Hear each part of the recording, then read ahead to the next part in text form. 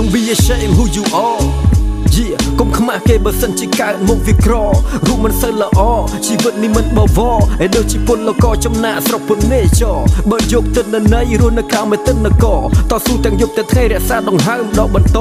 ទោះជីវិតត្រដរមានស៊ីតែបបតែខ្ញុំនៅតែសង្ឃឹមចាំឱកាសបើកចំហហើយវាកម្រណាស់ដែលចាប់ផ្ដើមដោយបាត់ដៃទទេខិតខំឲ្យជីវភាពធូរធារដូចជាគេ Cause I have a lot of responsibility not to pay So I keep grinding and hustle every day លើលោកនេះគ្មានអ្វីដែលកើតឡើងដោយឯងមានឬក្រក៏មិនដោយឲ្យធម្មជាតិជាអ្នកតែងឆាកជីវិតពិតមិនមែនជាឆាកកំ pl ែងជោគវាសនានៅក្នុងដៃត្រូវក្តាប់ក្តាប់ដោយខ្លួនឯងបើសិនជាខ្ញុំអាចរួងទៅដល់ថ្ងៃស្អែកខ្ញុំនឹងចែករំលែកនៅបនពិសោធន៍ទាំងឡាយហើយបើចាំខុសខ្ញុំអាចមើលឃើញវែងឆ្ងាយនឿយណាយប្រាយសប្បាយតរៀងទៅមានមិត្តនៅភ្នំពេញ he questioning my lifestyle ចង់ដឹងខ្ញុំធ្វើស្អីនៅក្នុងបច្ចុប្បន្នកាល motherfucker I'm a G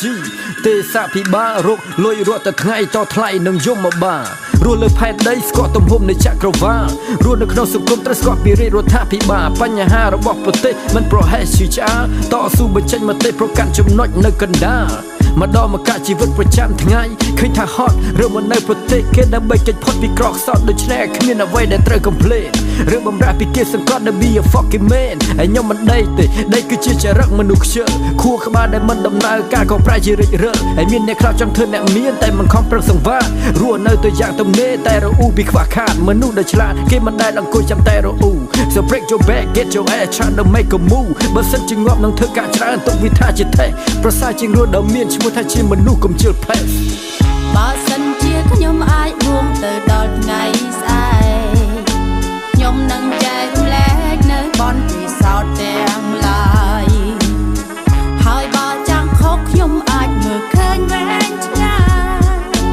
នឿយណាយប្រាយសប្បាយតរៀងទៅបើសិនជាខ្ញុំអាចរួ